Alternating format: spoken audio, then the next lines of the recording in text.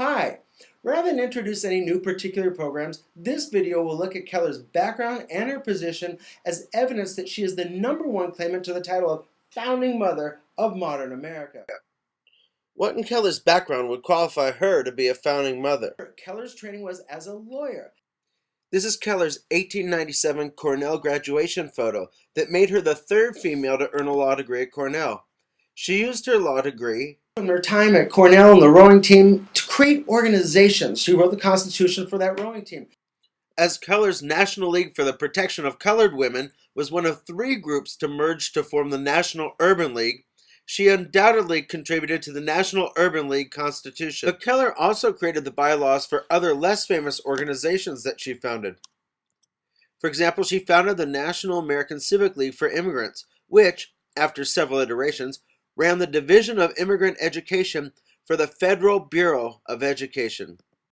Thus, Kellor's constitution-creating ability led her to run immigrant Americanization education at the federal level.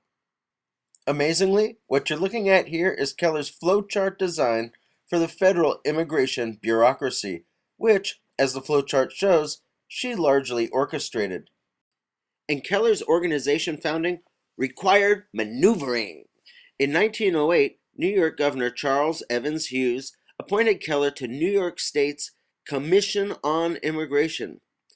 She used this position to write and push a bill founding the Bureau of Industries and Immigration, and once it was created, she ran that bureau for 2 years.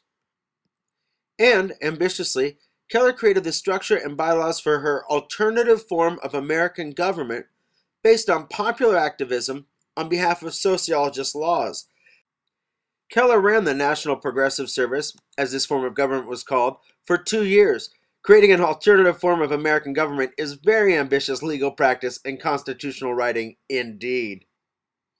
And some of Kellor's most ambitious constitution writing endeavors, the National Urban League and the American Arbitration Association, which works on over 200,000 international cases a year, survive and thrive even today. Kellor's legal training made her a great organization founder. She often had legal departments in these organizations. For example, Kellor's 1910 North American Civic League for Immigrants had a very strong legal department that provided pro bono legal services for immigrants and wrote a lot of state laws. Kellor had been ferociously writing state laws since her days working with domestic workers back in 1904. Okay, Kellor was a lawyer, but what else in her background would qualify her to be a founding mother? She went to the University of Chicago between 1898 and 1902. This was the premier school of sociology during what I consider its peak. I consider it its peak because this point, sociology was about broad visions, right? They looked at psychology, they looked at mechanisms that made societies go fast and slow, and they came up with ways of consciously directing societies. Kellor studied under sociological luminaries such as Albion Small, who founded Kellor's program, the first in the nation. Small popularized the broad vision of controlling society by understanding its mechanisms. Here's Professor George Herbert Mead, the inventor of social psychology. He taught Kellor about paying attention to mental attributes in molding societies. This is Kellor's economics professor, Thorsten Veblen, from whom we get the phrase conspicuous consumption. I believe she did poorly in his class, as Veblen was a moral mess, and she had a predilection for Richard T. Ely, her earlier economics mentor, founder of the American Economic Association, and University of Wisconsin prof, who taught Kellor of the social gospel, wherein all sectors of society work together for mutual benefit. The point being that Kellor studied under America's best sociologists during the heyday of sociology. So we can't just look at her and say, well, she's just a social worker, she's just an activist. She was a trained visionary, okay, who was trained in how to guide society and did so. What about her position? You said you were going to talk about Kellor's background, but also her position. What in her position qualified her to be a founding mother? She was the head of the Americanization movement. And she used this not just as people say the Americanization movement was used to coerce immigrants into conformity and stuff like this.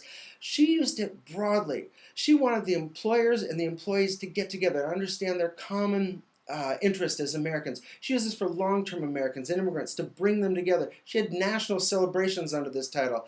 And again, she was, under this title, the official head, the greeter of the forefathers, over 100 million Americans. In her own day, she was called the chaperone of Ellis Island immigrants. So again, she really had this position that nobody else who was claiming to be a founding mother or founding father would have. And she could almost claim to be the founding mother of African Americans and civil rights because she led the National Urban League. She could almost claim to be the founding mother of women because she did, again, women's sports and suffrage. But again, as the Americanization movement leader, she was the head of all Americans and also all American sectors. She tried to again unite bosses and workers and such. This is what she called Americanization.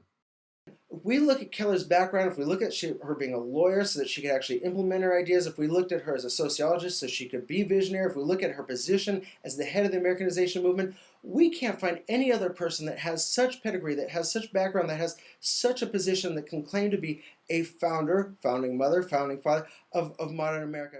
John, I think you just may have done it. You may have sold me. Kellor was uniquely qualified and positioned to be our founding mother of modern America.